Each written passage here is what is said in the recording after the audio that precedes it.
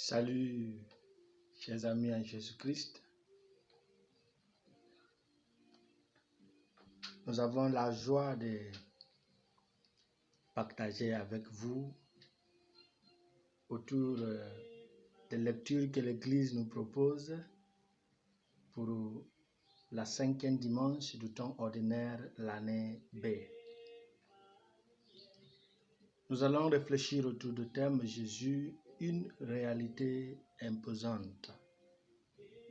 Et nous avons la prophétie de Job, chapitre 7, versets 1 à 4, 6 à 7. 1 Corinthiens, chapitre 9, versets 16 à 19, 22 à 23. Et l'Évangile selon saint Marc, chapitre 1, versets 29 à 39. Jésus, une réalité imposante. La voix de Job, dans la première lecture, véhicule l'angoisse de l'humanité dépourvue de repos. Job exhale la plainte d'hommes accablés par la souffrance. Cela démontre la faiblesse humaine face au bouleversement du monde. Et si l'humanité compte sur sa propre force, elle reste sur l'emprise du prince de ce monde. Mais pour ceux qui ont mis leur foi en Dieu, ils seront hors de cette emprise. Et Saint Jean était clair dans sa première lettre, au chapitre 5, versets 19 à 20, lorsqu'il disait, et je lis, « Nous savons que nous sommes de Dieu, mais le monde tout entier gît sous l'empire du mauvais. Nous savons que le Fils de Dieu est venu et nous a donné l'intelligence pour connaître le véritable. Et nous sommes donc le véritable en son Fils Jésus-Christ. Lui est le véritable. Il est Dieu et la vie éternelle. » Grâce à cette expression, le Fils de Dieu est venu et nous a donné l'intelligence pour connaître le véritable. L'humanité retrouvera sa splendeur première lorsqu'il se tourne vers le véritable.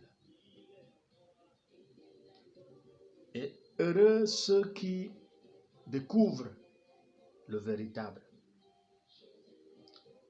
Vous connaîtrez la vérité et la vérité fera de vous des hommes libres. Saint Jean nous dit au chapitre 8, verset 32. Vous connaîtrez la vérité et la vérité fera de vous des hommes libres. Selon la tradition de Saint Jean, la vérité n'est pas une simple harmonie de ce qui est dit à la réalité. Mais la vérité, c'est une personne, Jésus-Christ, le chemin, la vérité et la vie. Dans l'évangile d'aujourd'hui, Simon-Pierre, qui a découvert le véritable, a attiré la guérison pour sa belle-mère qui était malade, bouleversée par la fièvre.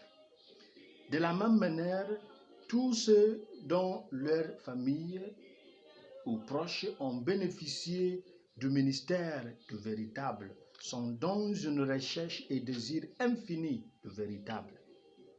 C'est comme lorsque nous goûtons à un plat délicieux, satisfaisant, mais qui soulève et suscite d'autres faim, qui nous poussent à vouloir recevoir davantage ce même plat délicieux. Et cette recherche du véritable, c'est pour que chercheurs de véritable sortent de l'emprise ou de l'empire du mauvais marqué par le péché, la souffrance, l'ignorance, la maladie, l'oppression par les esprits impurs, autrement dit par la possession diabolique. Et cela définit la mission de Jésus selon l'évangile de Saint Luc.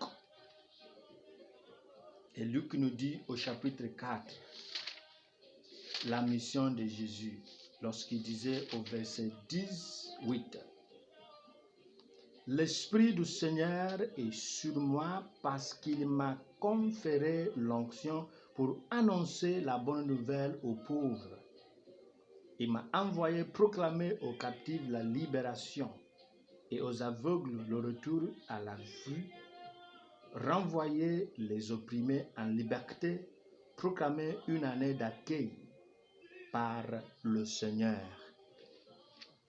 Ceux qui cherchent le véritable désirent se lancer dans le ministère, dans le mandat du véritable, ce qui est le mandat de liberté, de guérison, de la conquête de l'ignorance, l'annonce de la bonne nouvelle aux pauvres. L'annonce du véritable devient une nécessité qui s'impose. Et Paul nous dit, « Malheureux à moi si je n'annonce pas l'évangile. » 1 Corinthiens chapitre 9, verset 16. Cette deuxième lecture que Paul nous adresse parle de l'annonce de l'évangile comme une charge reçue. Pour tous ceux qui ont eu une véritable expérience du véritable, l'annonce de l'évangile est incontournable. Cette annonce se fait en parole et en action, raison pour laquelle aucun prédicateur n'est valable hors des vertus suivantes. Une vie exemplaire, l'humilité et l'ouverture d'esprit, l'accessibilité et la disponibilité, la tolérance et l'accueil, la culture des soins et le sens des sacrifices. C'est ce qui nous aide à comprendre les phrases de Saint Paul. Je deviens tout pour tous, afin de les gagner pour le Seigneur, pour leur salut. Il est prêt auprès de son peuple. Là où la mission a réussi, là où le projet a réussi, là où le développement est visible, là où le transfert des connaissances au niveau éducatif a réussi, 90% de ces vertus que nous venons de citer y se trouvent.